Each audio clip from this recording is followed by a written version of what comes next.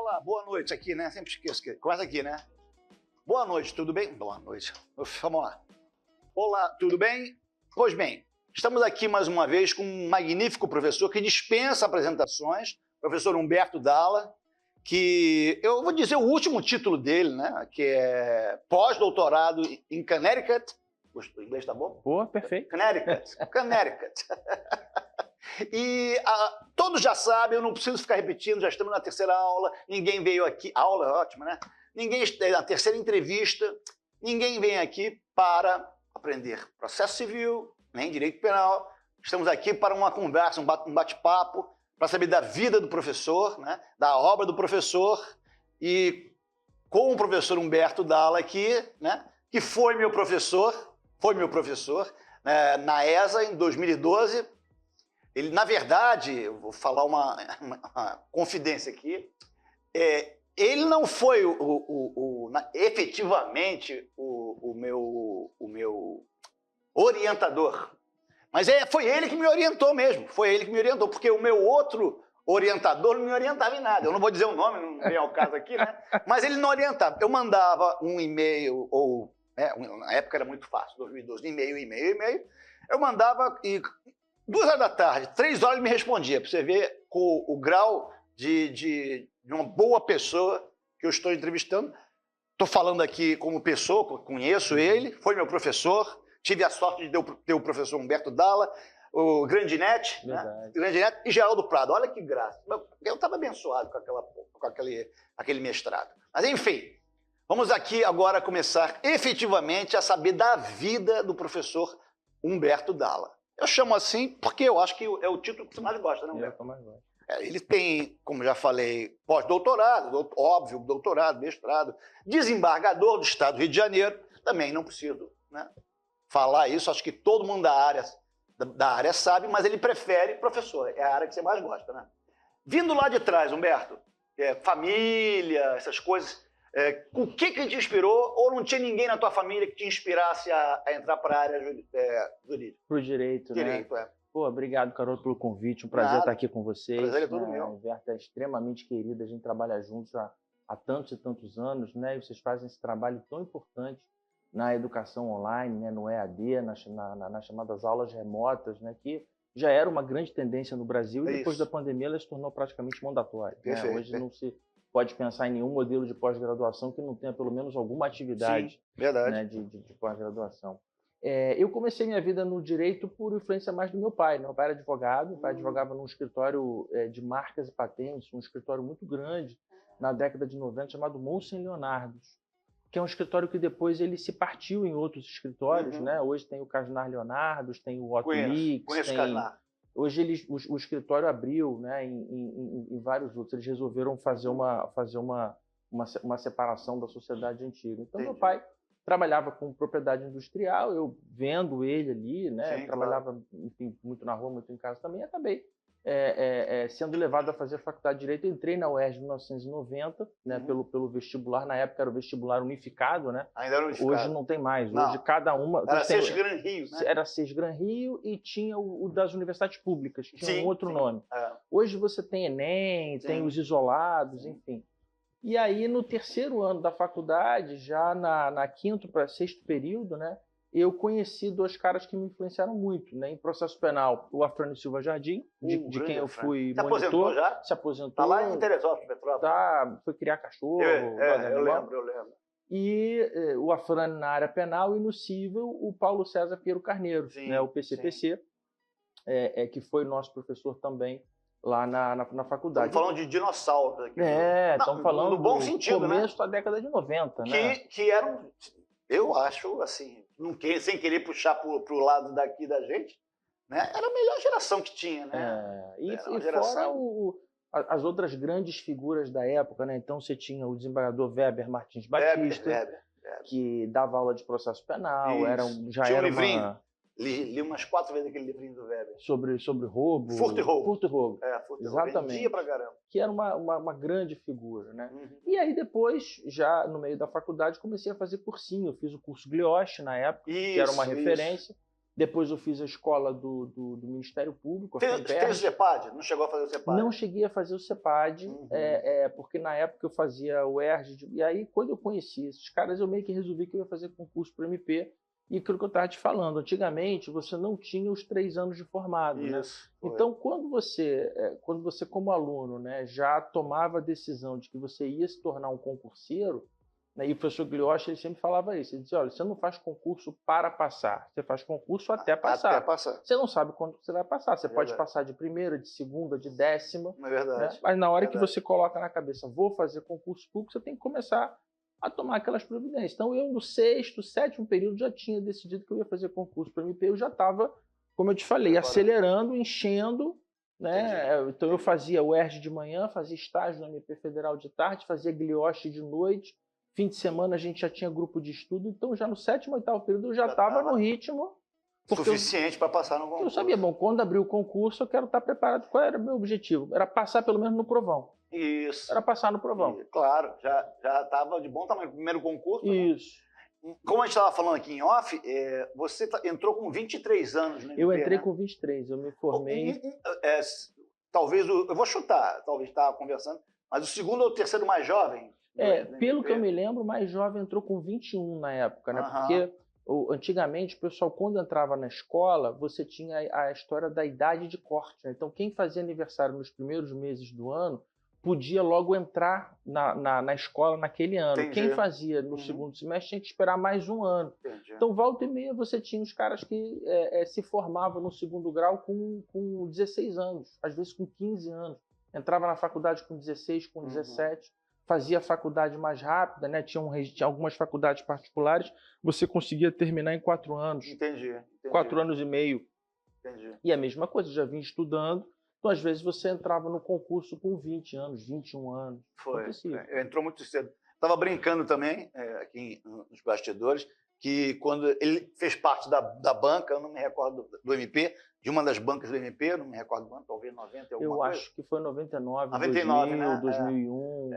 O Pinheiro, que hoje é desembargador, era o procurador-geral. Isso. Eu acho que foi 2001, 2001. E você já tinha 2 livros, se não me engano. Eu tinha a dissertação de mestrado, que era a transação penal, e a tese de doutorado, que era transação direito penal, individual homogêneo. Exatamente. A gente se conheceu nessa época. Foi nessa época que eu escrevia, que eu comecei a falar sobre transação penal nessa época.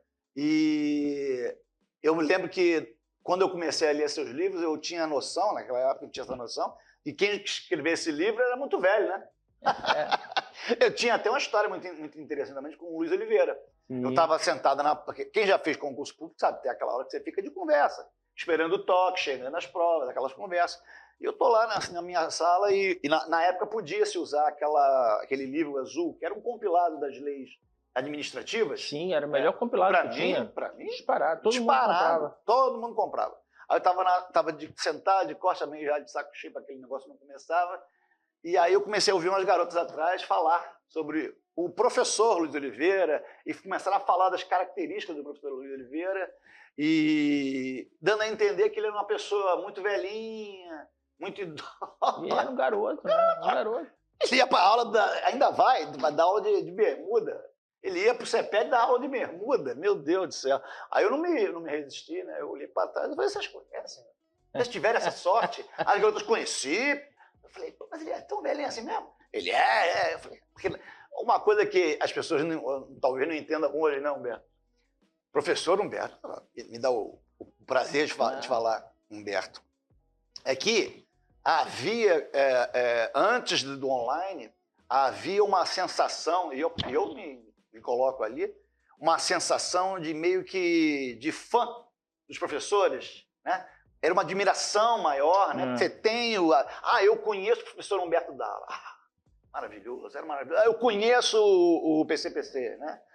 Eu conheço isso. Essa admiração, eu acho que ficou um pouco afastada quando você bota uma câmera no meio. Agora, o online veio e não vai voltar, né? Não vai voltar. Mas a gente consegue compensar isso fazendo algumas atividades como essa, por exemplo, um bate-papo onde a gente não está falando de direito. Não. Eventos presenciais, eu sei que a Inverta faz muito, eu também faço. A gente coloca no Instagram, no dia tal, vamos estar na Escola da Magistratura, no dia tal vamos estar na UERJ, inscrições gratuitas, FGV Justiça, inscrição gratuita. Então você tem, volta e meia as pessoas vão, a gente vai tirar foto, fotografa livro. Isso é importante. É muito bom para nós também. Claro, né? claro. Na maioria das vezes, é o que a gente estava dizendo aqui antes, a gente está numa sala fechada, falando para uma câmera horas, né? Sem poder ter a impressão. Então, esse feedback que dão para nós é muito importante. Quando manda lá um direct no Instagram, pô, gostei da sua aula, você falou, manda um e-mail, a gente consegue recuperar um pouco daquela proximidade que a gente tinha na época do presencial. Tinha na época do presencial, é verdade. Eu me lembro que várias aulas eu já recebi epíteto, entre aspas, porque durante a aula online eu falei falei alguma coisa de furto e era, na verdade, de roubo, por exemplo. Mas era uma coisa distraída, isolada. Os rapazes não têm essa necessidade, nem essa capacidade para saber a diferença. É verdade. Né? Os alunos têm. Então, eles entram com a famosa mãozinha. É isso mesmo? A gente... não, meu filho, não é não. Então... Mas agora, está saindo uma coisa que é muito legal, que vai ajudar muito, que é a inteligência artificial. Sim. Nós estamos... falei com o Guilherme, falei que ele foi o sorteado. Ele vai ser o primeiro professor que vai ter uma inteligência artificial nas aulas dele, para o aluno, é um tutor, né? Quando o aluno tiver em dúvida, ele pergunta, mas a gente vai deixar bem claro que é inteligência artificial. Eu falei, porque senão pode achar que é o professor que está respondendo aquilo, né? Mas não é, é uma inteligência artificial que vai aproveitar a aula do professor, daquela aula, para responder aos alunos. Então, é uma tentativa de a gente tentar aproximar também, né, aquelas dúvidas que surgem quando o aluno está lá atrás da TV, do celular, né, a gente poder tentar melhorar, porque a ferramenta online não vai acabar, como eu estava falando. Não vai. Ela só tem que continuar melhorando, né? Sim. E como você falou, a gente vai marca encontro, marca eventos, livros e vai levando, não tem. Eu acho que isso aqui é fenomenal. Quando surgiu e caminhou, né? Depois da pandemia, pessoalmente, as pessoas terem porque imagina, quando uma pessoa... Eu sempre falo do Acre, porque é o estado que eu nunca fui, para falar a verdade. Mas é longe. Já foi ao Acre? Não. Não, nunca fui. Mas Manaus eu já fui. Quando que um professor do Rio de Janeiro, São Paulo, com o saber jurídico que ele tem, se desloca até Manaus? É muito raro, né? É muito raro. E fica economicamente inviável. Exato. Né? Você imagina, a passagem é muito cara, aí vai ter estadia, alimentação, transporte, honorários, não tem voo direto, não tem. Você vai ter que fazer baldeação em Brasília. Então, no final das contas... Ninguém se... Dá para você fazer, talvez, um encontro presencial por ano, dois, mas no dia, na semana não se paga. Não se paga. E o aluno também não conseguiria vir toda semana do Acre para cá para tela presencial. Exatamente. Então, você vê que o online foi muito legal nesse sentido, que ele deu a um aluno lá do Acre, Manaus, Amapá, Macapá, ter a oportunidade de ver um conhecimento de direito de um nível elevado através do seu celular. Isso é fantástico, eu achei fantástico. Deixa eu te perguntar uma coisa, eu ia perguntar um negócio aqui com relação a... então você fez o teu mestrado, doutorado no Brasil... Fez lá, fez os 2 anos lá que você fez, lá em Canérica? Não, eu fiz o mestrado e doutorado na UERJ e eu fui seguido. Né? Sim. E aí depois, o doutorado acabei em 98, aí em 2000... Não, o doutorado acabei em 2000. E aí em 2003, 2002, 2003, surgiu essa oportunidade. Sim. Eu conheci um professor que, na verdade, é porto-riquenho, chama Angel Oquendo, e ele era professor em Conérica. Conheci aqui num evento do consulado americano. E aí nós nos demos bem, assim, desde o primeiro momento. Legal. Ele também gostava de ações coletivas, que tinha sido o meu tema de doutorado. Sim. Ele falou, olha, se você quiser passar uma temporada lá com a gente, você pode ficar de 3 a 6 meses, você fica um período de 3 a 6 meses, volta para o Brasil, depois você volta para cá para apresentar um paper. Né? Que é mais ou menos o modelo hoje que Coimbra faz, que Salamanca faz. Né? Você vai, passa um período lá pesquisando, volta para o seu país, arruma, termina de escrever e retorna para lá para fazer uma apresentação. Até porque seria até sacrificante, né? Você já tinha família, né? Sim, filha, já seria... Seria demais, né? Ficar lá direto. Muito... É muito sacrificante, né? Eu acho que esse é o melhor modelo. É o melhor modelo, A gente esteve semana passada fazendo um evento bacana lá na Universidade de Salamanca e os professores dizendo isso. Quer dizer, o Marcelo foi? Não, o Foi não, Marcelo, foi o ele Marcelo. estava num outro evento, Outro eu acho, não evento. estava lá com a gente. Sei. E as pessoas dizendo isso, que quando você chega no doutorado, no pós-doutorado, você não tem mais naquela necessidade de assistir aulas. Isso, sim, Não faz claro, mais sentido. Você já tem um tema que você está pesquisando, você Já. já está num nível de Conhecimento, aprofundamento, é de verdade. dentro. Você não precisa ter aula, você tem que Verdade. pesquisar e tem que trocar ideia com as pessoas. Verdade. Então verdade. você passa uma temporada ali de 2 semanas, 3 semanas, um mês, volta, amadurece o tema, lê, escreve, daí você volta para lá, faz umas outras sessões de orientação. Esse me parece que é um formato mais palatável. Eu acho que Você sim. não precisa se afastar, quem está em escritório, por exemplo, não precisa se demitir do escritório. O cara que é servidor público, ele pode aproveitar o mês de férias, pode tirar uma licença. Então é um formato que ele é inclusivo, né? Eu acho que sim. E se você tem uma necessidade maior, você faz uma reunião online com o seu orientador. Isso aí é legal. Isso aí é legal. Isso é uma coisa que, poxa, se eu tivesse na minha época... Antigamente não tinha isso. Antigamente eles eram mais rígidos para isso, né?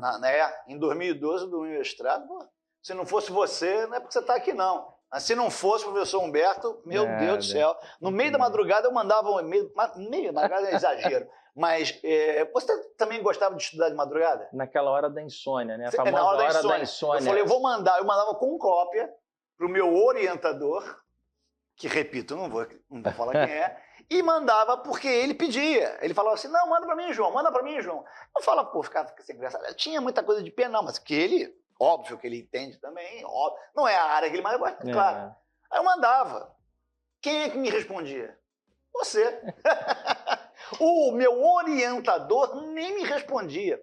Mas, enfim, coisas da eu sempre academia. tive esse hábito assim, de responder. Uma vez eu vi uma entrevista de alguém, uma dessas mulheres que são muito famosas e muito competentes na área de gestão, de marketing, e ela dizia isso: eu nunca vou dormir sem ter respondido todas as minhas mensagens, ou pelo menos sem ter dado encaminhamento. É isso aí.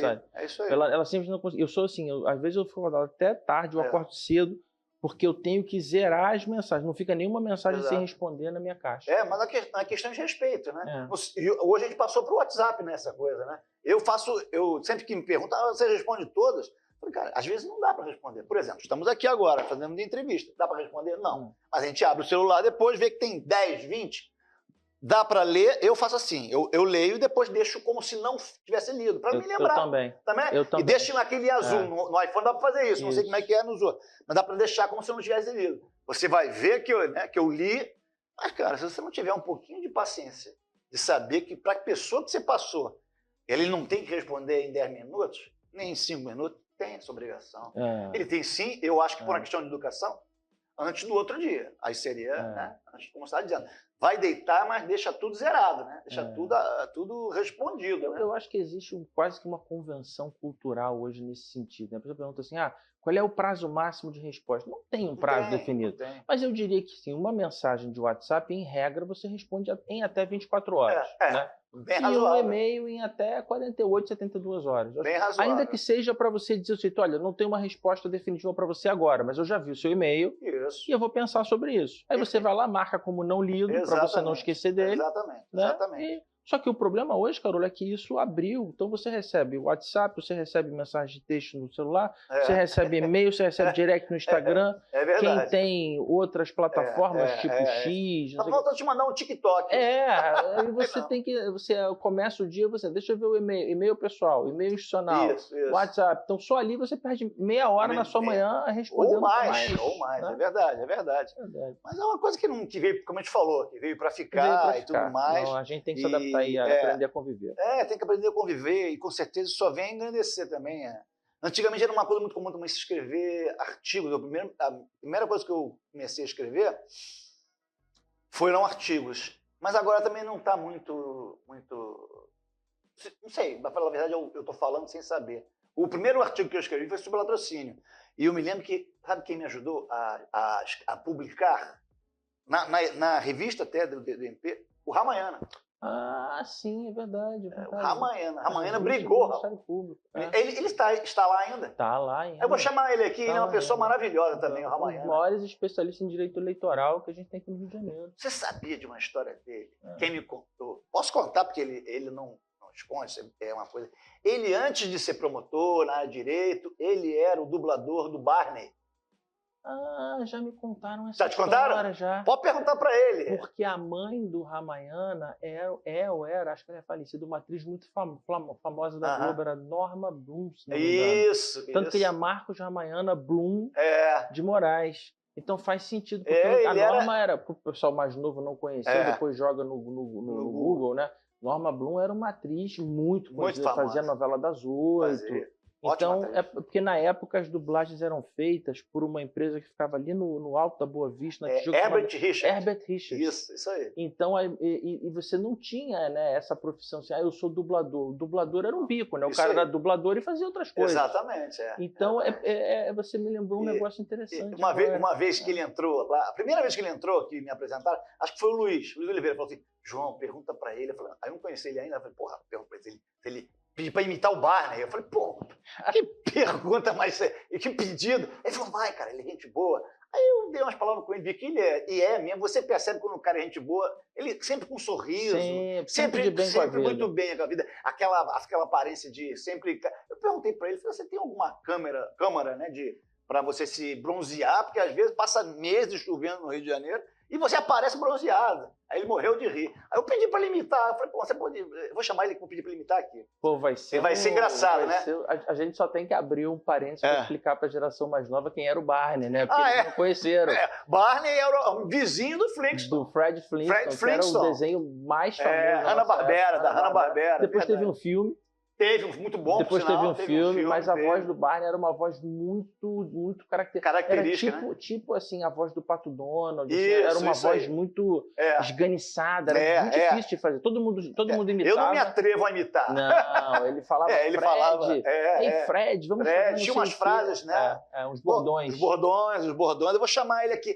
O Tiago nem o Guilherme tem o telefone dele. Eu também não sei se você tiver... Vou procurar e te passo. Me passa.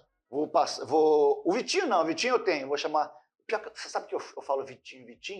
Porque eu não sei, é o desembargador agora também, mas eu não sei chamar ele de outro nome. Assim, eu não lembro qual é. É Vitor Marcelo. Vitor Marcelo, é isso mesmo. Vitor Marcelo. Gente boníssima.